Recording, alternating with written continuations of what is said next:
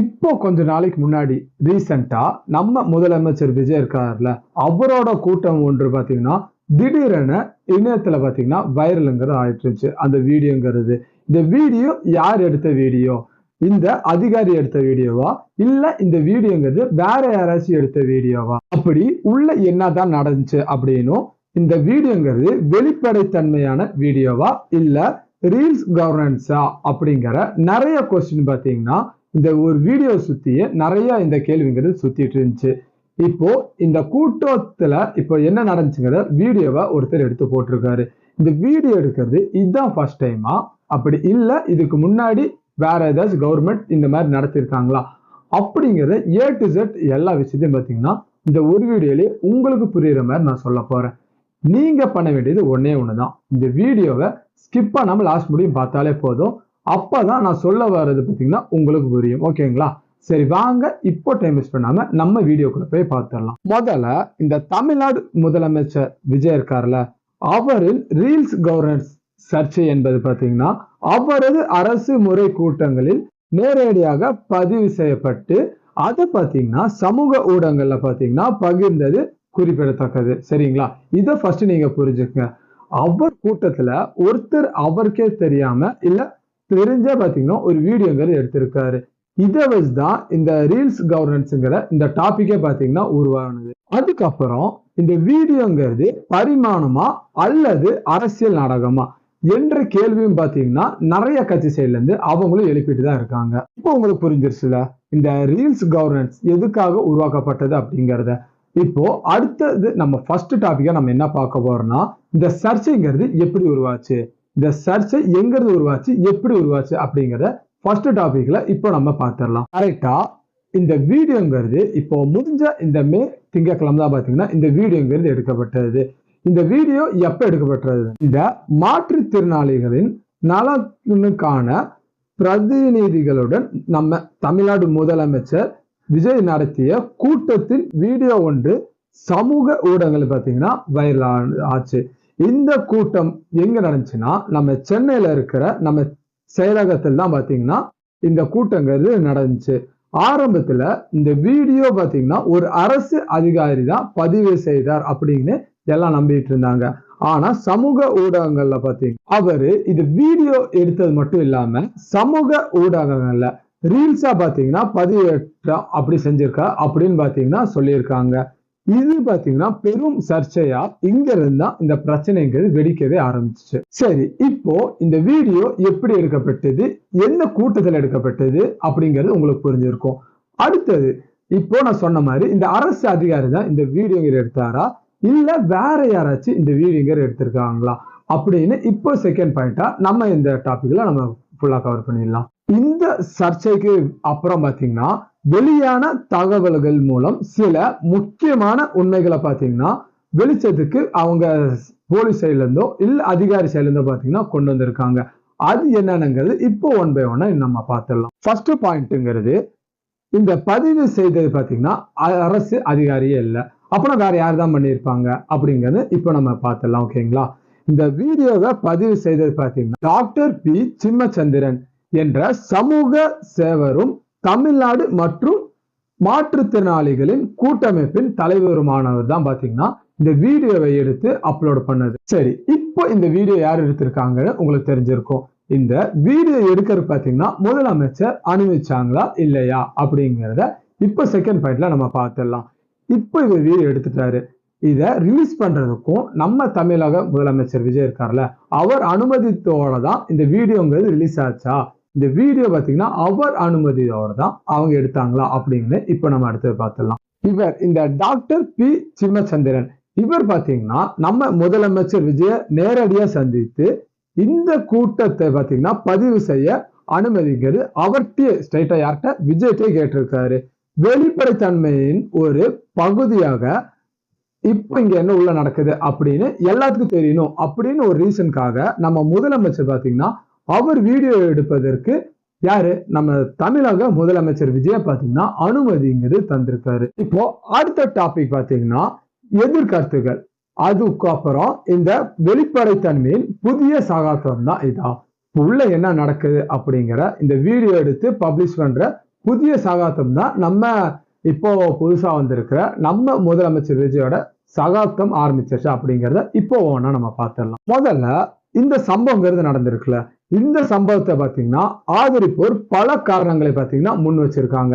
அவங்க சைட்ல இருந்து அவங்க என்னென்ன காரணங்கள் சொல்றாங்க அப்படிங்கிறத இப்போ நம்ம பார்த்துடலாம். ஃபர்ஸ்ட் பாயிண்ட்ங்கிறது அரசியலோட வெளிப்பாட்டு தன்மை. சரிங்களா? இப்போ அவங்க என்ன சொல்றாங்கன்னா, ஒரு முதலமைச்சரின் அலுவலக கூட்டம் இவ்வளவு எளிதாக பொதுமக்களின் பார்வைக்கு வருவது இதுதான் பாத்தீங்கன்னா முதல் முறை.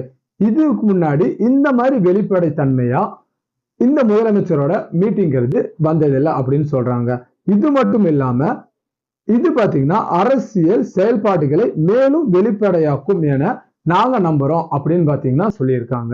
அடுத்த பாயிண்ட் பாத்தீங்கன்னா பொதுமக்களின் அணுகல்.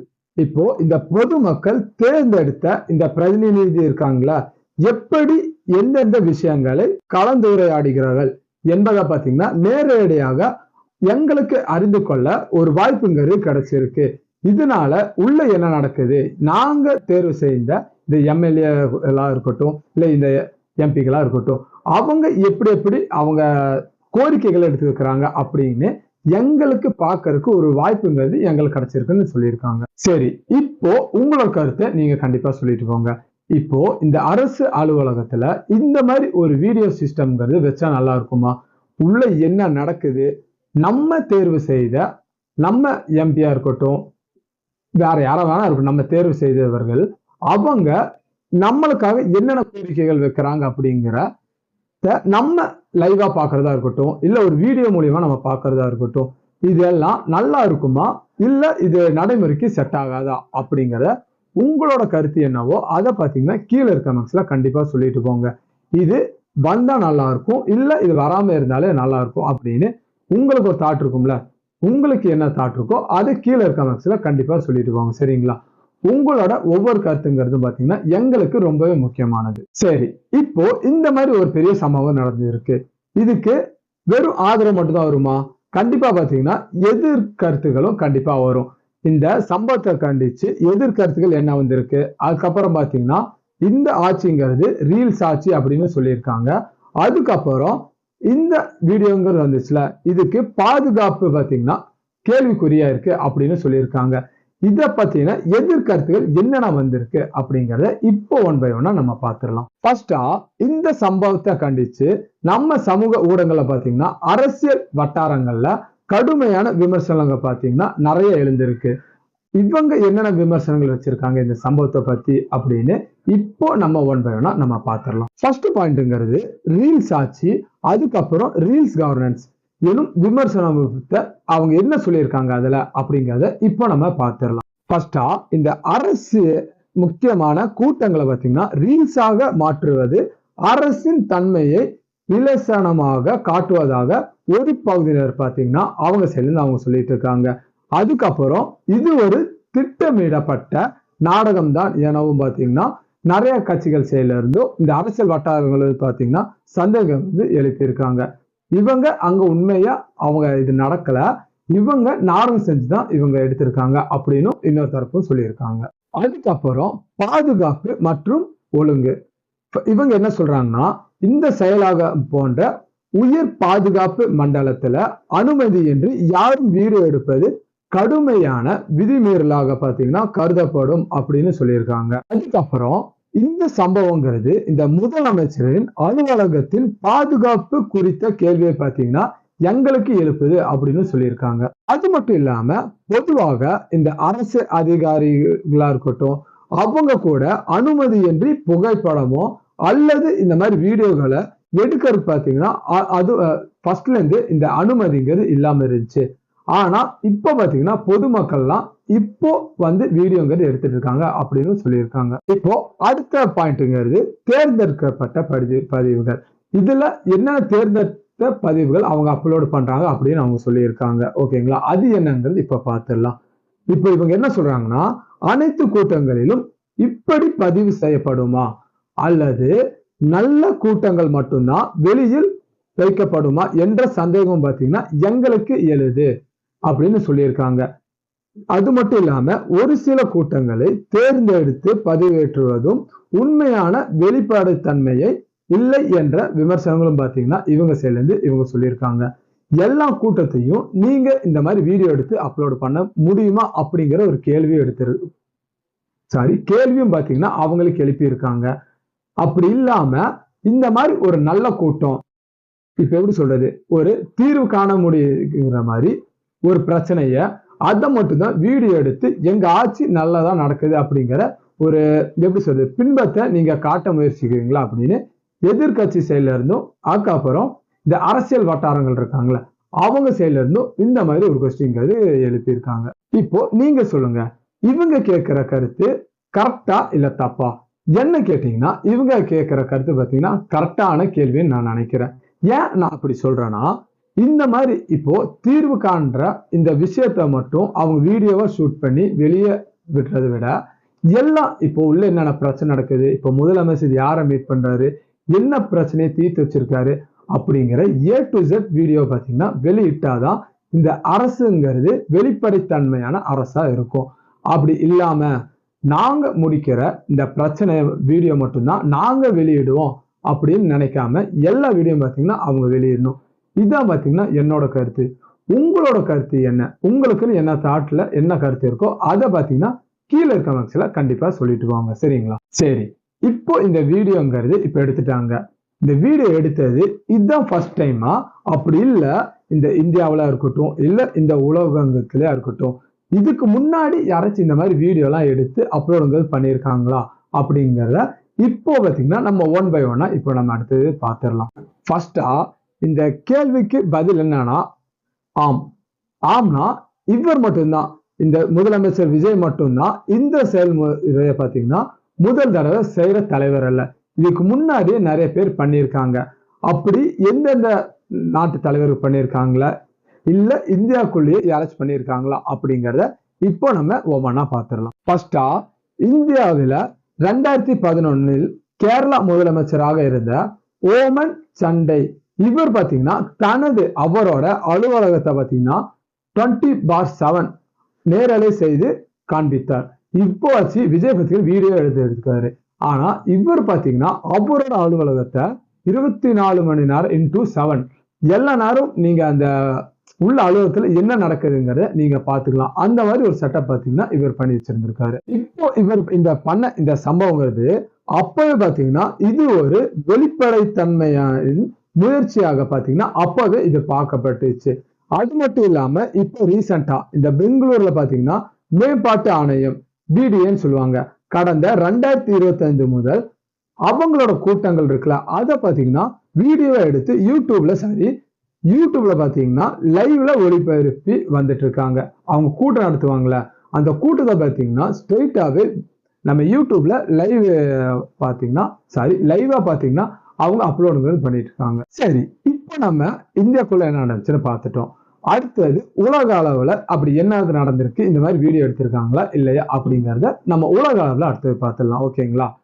ஃபர்ஸ்டா இந்த அமெரிக்காவா இருக்கட்டும், அதுக்கப்புறம் பிரிட்டன் மற்றும் ஸ்காட்னோடோவியா இந்த நாடுகள்ல பாத்தீங்கன்னா அரசின் பல கூட்டங்கள் மற்றும் நாடாளுமன்ற அமர்வுகளும் பாத்தீங்கன்னா நேரையில் ஒளிபரப்பாகுது இவங்க நாட்டோட வழக்கமா இது வரைக்கும் பாத்தீங்கன்னா கடைபிடிச்சிட்டு வந்துட்டு இருக்காங்க. இது பாத்தீங்கன்னா வெளிப்படைத்தன்மை மற்றும் பொறுக்கூட்டலை மேம்படுத்தும் ஒரு முக்கிய கருவியாக பயன்படுகிறது அப்படின்னு பாத்தீங்கன்னா அவங்க சொல்லியிருக்காங்க. இதை பத்தின உங்க கருத்து நீங்க சொல்லுங்க. இப்போ நம்ம தமிழ்நாட்டு முதலமைச்சரான விஜய் மட்டும் இந்த சம்பவங்கள் பண்ணாம நம்ம இந்தியாக்குள்ள இருந்த நம்ம பெங்களூரா இருக்கட்டும், அதுக்கப்புறம் கேரளாவா இருக்கட்டும், அதுக்கப்புறம் உலக நாடுகள்ல இருக்கிற நம்ம அமெரிக்கா, பிரிட்டன் இந்த மாதிரி வளர்ந்த நாடுகள் கூட இந்த மாதிரி வீடியோங்கிறது எடுத்து அவங்க பாத்தீங்கன்னா அப்லோடும் பண்ணிட்டு இருக்காங்க. அதுக்கப்புறம் லைவ் ஸ்ட்ரீமும் பண்ணிட்டு இருக்காங்க. இந்த மாதிரி விஷயங்கிறது தொடர்ந்து விஜய் சைட்ல இருந்து பண்ணா நல்லா இருக்குமா இல்ல நல்லா இருக்காதா அப்படிங்கிற உங்களோட தாட் என்னவோ அதை கீழே இருக்க கண்டிப்பா சொல்லிட்டு போங்க. ஓகேங்களா? அதுக்கப்புறம் எந்த ஒரு அலுவலகத்தை 24 மணி நேரம் into 7 இந்த இதுல பாத்தீங்கன்னா எப்படி சொல்றது லைவா எல்லாம் பாக்குற மாதிரி வைக்கணும் அப்படின்னு ஒரு அலுவலகம் இருந்துச்சுன்னா அது எந்த அலுவலகம் அப்படிங்கறத கீழே இருக்க கண்டிப்பா சொல்லிட்டு போங்க. சரி, இப்போ நம்ம வீடியோட லாஸ்ட் பகுதிக்கு வந்துட்டோம். ஓகேங்களா? இதுல இந்த சம்பவம் இப்ப இந்த வீடியோ எடுத்தாங்களே இந்த சம்பவங்கிறது நீடிக்குமா இல்ல இது பாத்தீங்கன்னா வெறும் கண்டென்ட்டுக்காக மாறுமா அப்படிங்கிற இப்போ என்னோட தாட்டு இப்ப எனக்கு என்ன தோணும் அதை பாத்தீங்கன்னா கீழே பாத்தீங்கன்னா ஒவ்வொன்றா இப்ப நான் சொல்றேன் சரிங்களா. இப்போ இந்த தற்போதைக்கு பாத்தீங்கன்னா இந்த ரீல்ஸ் கவர்னன்ஸ் பற்றிய விவாதம் தான் பாத்தீங்கன்னா இப்போதைக்கு ட்ரெண்டிங்கான டாபிக்கா இருக்கு. அது மட்டும் இல்லாம இந்த டாபிக் தான் உச்சத்துல பாத்தீங்கன்னா இப்போதைக்கு போயிட்டு இருக்கு. ஒரு வீடியோ எடுத்து அவங்களுக்கு இப்போ காமிக்கும் போது இது ஒரு நிலையான நடைமுறையாக மாறும். அதாவது ஒவ்வொரு முக்கிய கூட்டமும் இதே முறையில் பொதுமக்களின் பார்வைக்கு வைக்கப்படுமா என்பதில் தான் இந்த வெற்றி பாத்தீங்கன்னா இருக்கு நான் சொல்றேன். ஏன்னா இப்போ நான் ஃபர்ஸ்டே நான் சொன்ன மாதிரிதான் அவங்கனால முடியும் அப்படிங்கிற கூட்டத்தை மட்டும் அவங்க வீடியோ எடுத்து அப்லோட் பண்ணாம ஒவ்வொரு கூட்டத்தையும் பாத்தீங்கன்னா அவங்க வீடியோ எடுத்து அப்லோட் பண்ணா நல்லா இருக்கும்னு நான் நினைக்கிறேன். அதுக்கப்புறம் இந்த தற்போதைய சூழ்நிலையில இந்த விவகாரம் பாத்தீங்கன்னா முதலமைச்சர் விஜயும் அவரோட ரசிகர்களுக்கும் இளைஞர்களுக்கும் மேலும் நெருக்கமாக காட்டும் ஒரு கருவியாக பாத்தீங்கன்னா இதை பார்க்கப்படுது. ஏன்னா இப்போ விஜய் பாத்தீங்கன்னா முதலமைச்சர் ஆட்டாரு. இப்போ அவர் போய் ஒவ்வொருத்தரையும் பேசிட்டு இருக்க முடியாது. அதனால இந்த மாதிரி அவங்க அலுவலகத்துக்குள்ள ஒரு சம்பவம் நடக்குதுன்னா அதை அவங்க வீடியோ எடுத்து அப்லோட் பண்ணும்போது அவங்க ரசிகர்களா இருக்கட்டும் அவரோட தொண்டர்களா இருக்கட்டும் அதுக்கப்புறம் இந்த இளைஞர்களா இருக்காங்களா அவங்களா இருக்கட்டும் அவருக்கு கூட இவர் பாத்தீங்கன்னா நெருக்கமா போறதுக்கு நிறைய வாய்ப்பு இருக்கு அப்படின்னு நான் நினைக்கிறேன். சரி, இப்போ உங்களோட கருத்து என்னங்கிறது சொல்லுங்க. இந்த ரீல்ஸ் கவர்னன்ஸ் நல்லதா இல்ல கெட்டதா அப்படிங்கிறத உங்களோட கருத்து என்னவோ அதை பாத்தீங்கன்னா கீழே கமெண்ட்ஸ்ல கண்டிப்பா சொல்லிட்டு போங்க சரிங்களா. அதுக்கப்புறம் நம்ம சேனலை நீங்க இன்னும் சப்ஸ்கிரைப் பண்ணாம பார்த்துட்டீங்கன்னா இப்பவே போய் சப்ஸ்கிரைப் பண்ணி வச்சுக்கோங்க. அப்போதான் இந்த மாதிரி இன்ட்ரெஸ்டிங்கான வீடியோஸ் எல்லாம் நான் அப்லோட் பண்ணும்போது உங்களுக்கு கண்டிப்பா பாத்தீங்கன்னா நோட்டிபிகேஷன்ல உங்களை காமிக்கும். அதுக்கப்புறம் இந்த வீடியோவை நீங்க இவ்வளவு நேரம் பார்த்திருந்தாலே கண்டிப்பா இந்த வீடியோங்கிறது உங்களுக்கு பிடிச்சிருக்கும். இந்த வீடியோ பிடிச்சிருந்துச்சுன்னா ஒரு லைக் மட்டும் பண்ணிருங்க.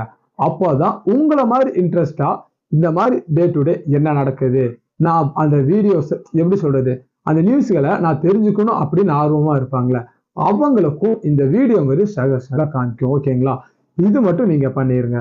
அதுக்கப்புறம் இந்த வீடியோ பத்தின இந்த ஃபுல் வீடியோ பத்தின உங்கள் கருத்து நீங்க இப்படி பேசினா நல்லா இருக்கும் இல்ல நான் இந்த பாயிண்ட்டை விட்டுட்டேன் அப்படின்னு உங்களோட கருத்து ஏதாச்சும் இருந்துச்சுன்னா அதையும் கீழே கமெண்ட்ஸ்ல கண்டிப்பா சொல்லிட்டு போயிருங்க. ஓகேங்களா.